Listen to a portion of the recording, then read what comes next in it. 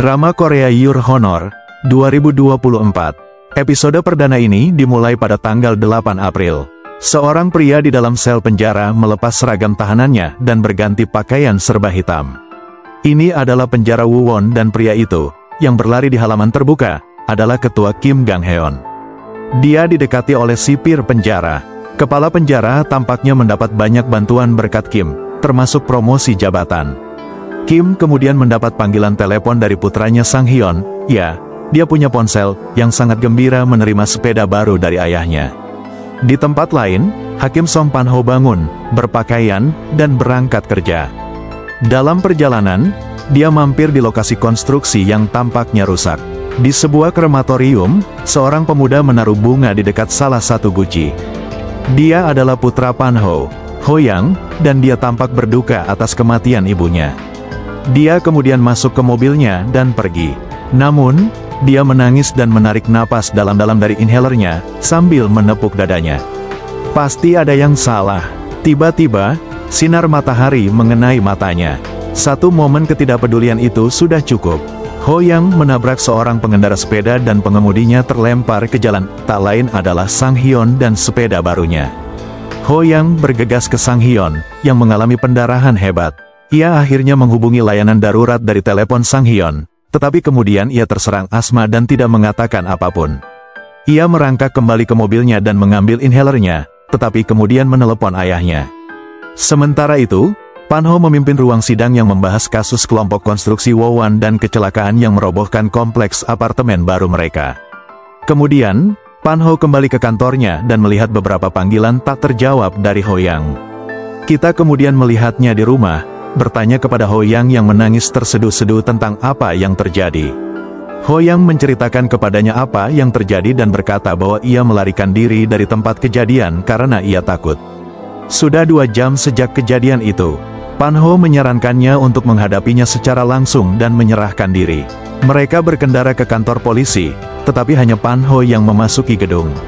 Ia mendapati kantor polisi dalam kekacauan total. Sebuah saluran TV menyiarkan berita tentang tabrak lari itu, mengatakan bahwa korban adalah putra kedua Kim Gang-heon, ketua Woo-won Group. Melihat hal ini membuat Pan-ho berpikir ulang dan ia bergegas kembali ke mobilnya, bergegas membawa dirinya dan Ho-yang pergi. Di kamar mayat, ibu Sang Hyun menjadi putus asa saat melihat jasadnya. Di dalam penjara, sipir penjara mengunjungi Gang-heon. Sipir penjara mengatakan bahwa dia sedang mengatur cuti, tetapi Gang-heon memerintahkannya untuk mempersiapkan pembebasan penuh. Di rumah, Pan-ho mulai menutupi kejahatannya.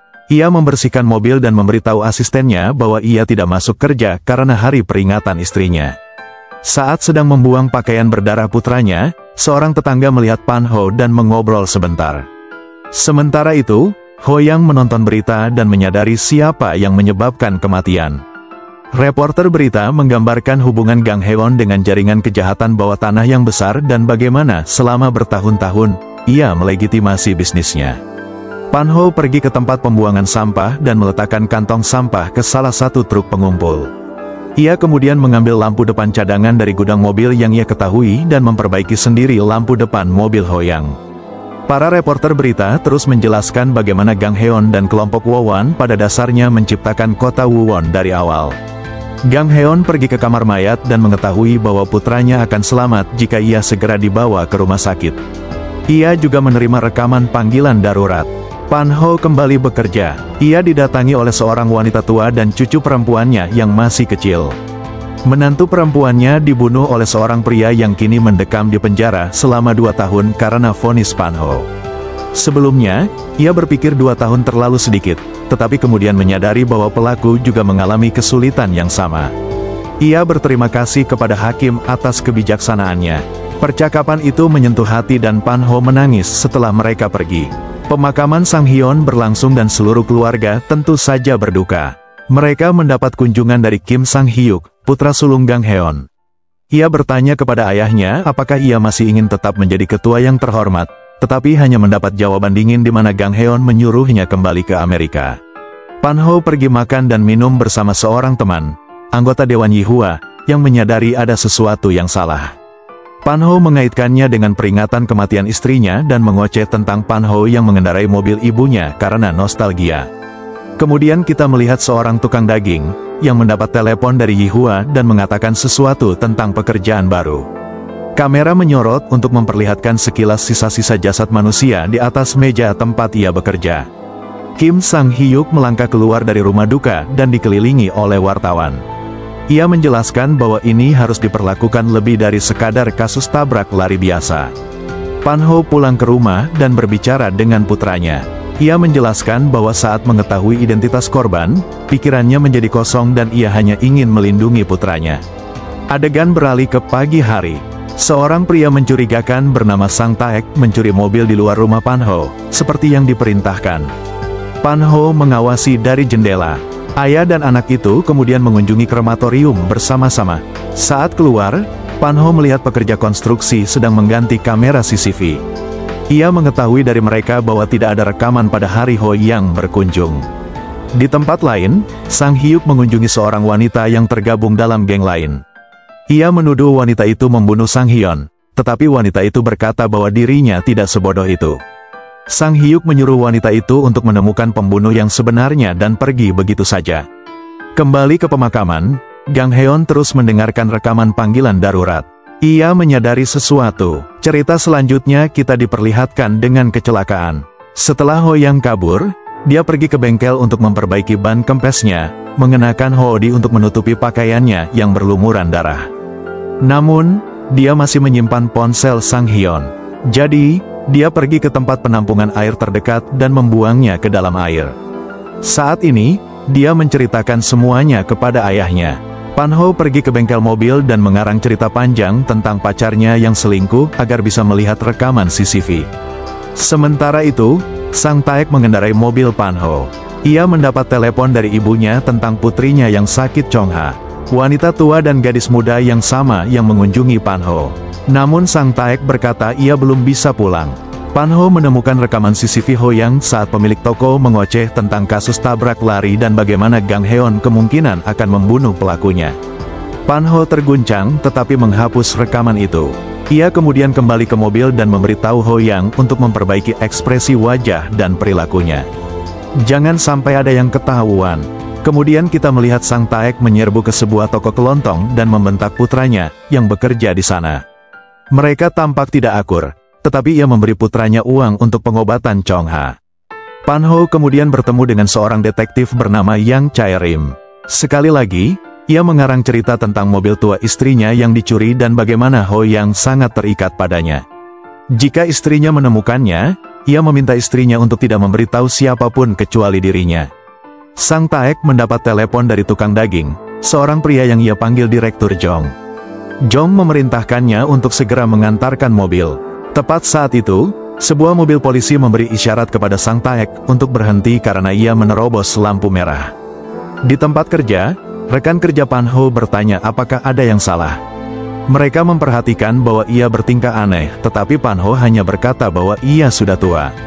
Sementara itu, polisi menyadari mobilnya dicuri dan Sang Taek melarikan diri. Di rumah, Pan-ho dan Ho Yang duduk untuk makan malam. Ho Yang meminta maaf karena telah menyebabkan semua masalah ini. Tepat saat itu, bel pintu berbunyi. Detektif Yang Chae-rim datang. Ia mengatakan mereka telah menemukan mobilnya. Pan-ho pergi bersamanya dan meminta untuk membawa mobil itu pulang. Pan-ho mengizinkannya, tetapi kemudian mereka menyadari bannya kempes. Setelah diselidiki lebih lanjut, bagian dari spatbor sepeda motor ditemukan tersangkut di ban yang membuat semuanya menjadi jauh lebih rumit.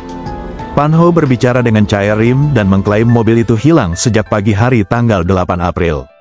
Chae-rim bersikeras berbicara dengan Ho Yang sebagai saksi. Pan-ho, Chae-rim, dan petugas lainnya datang ke rumah Pan-ho. Pan-ho mengajari Ho Yang apa yang harus dikatakan dan meskipun ada beberapa pertanyaan tajam dari Chae-rim, dia melakukannya dengan baik. Jasad Sang-hyun dikremasi dan abunya dimasukkan ke dalam guci. Gang Heon juga menaruh botol kaca kecil berisi gigi susu Sang-hyun di samping guci tersebut. Ia menyimpan gigi susu itu selama bertahun-tahun karena Sang-hyun muda telah memberikannya sebagai hadiah. Mereka kembali ke rumah dan Sang-hyuk memberitahu ayahnya bahwa mereka harus membalas dendam kepada pelaku. Bahkan istri Gang Heon menyuruhnya melakukan sesuatu. Gang Heon berkata bahwa ia terlalu kesakitan untuk merasa marah. Beberapa saat kemudian, Gang Heon mendengarkan rekaman panggilan telepon itu lagi. Ia tahu bahwa yang terdengar dalam panggilan itu bukanlah napas putranya, melainkan napas seseorang yang menderita asma. Ia kemudian dibawa untuk melihat mobil Pan-ho. Salah satu anak buahnya, yang disebut Ketua Tim Bae, membawanya ke tempat-tempat bukti. Ia yakin Sang Taek, yang merupakan anggota geng Jo Mi-yeon, yang harus disalahkan. Gang Heon meminta semua informasi tentang Sang Taek. Setelah Gang Heon pergi, Bae menelepon Sang Hyuk dan memberinya kabar terbaru. Bahkan ibu Sang Hyun mengetahui tentang Sang Taek dan menjadi marah. Gang Heon bertemu dengan Jo Mi-yeon, yang datang bersama Jong, si tukang daging. Mi-yeon sekali lagi mengaku tidak bersalah dan berkata dia akan membantu mencari siapa pelakunya. Dalam perjalanan pulang, Jong memberitahu Mi-yeon bahwa anggota Dewan Yihua meminta mereka untuk mengurus mobil yang ternyata terlibat dalam kecelakaan itu. Tentu saja Mi-yeon marah dan menyuruhnya menelepon Yihua. Yihua menerima panggilan telepon dan bergegas menemui Pan-ho. Ia mengonfrontasi Pan-ho tentang mobil itu dan Pan-ho sendiri yang disalahkan. Ia berkata ia terlalu takut untuk menyerahkan diri begitu mengetahui bahwa pelakunya adalah putra Gang Heon. Yihua menyarankan agar Sang Taek dikirim ke luar negeri sehingga ia dapat menanggung semua kesalahannya. Pan-ho meminta Yihua untuk membantu mewujudkannya. Kemudian, Pan-ho terus berpikir bahwa ia pernah mendengar nama Sang Taek di suatu tempat.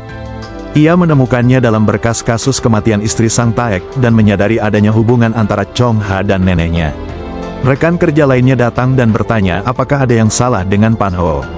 Hakim kembali mengaitkannya dengan usia. So-young, saudara perempuan Sang Hyun, membawa foto untuk disimpan di dekat guci Sang Hyun. Saat keluar dari kolumbarium, Ho-yang melihatnya menangis dan menawarkan sapu tangannya. Di tempat lain, Pan-ho memperhatikan Chong Ha dan neneknya. Ia menangis, mungkin memikirkan bagaimana ia harus mengusir Sang Taek. Namun, saat wanita tua itu menyalakan lampu di rumahnya, seluruh tempat itu meledak. Pan-ho bergegas menolong, tetapi wanita tua itu pingsan. Saat ia mencoba mencari gadis kecil itu, ledakan lain terjadi dan melemparkannya ke belakang. Ia pun melihat dengan kaget.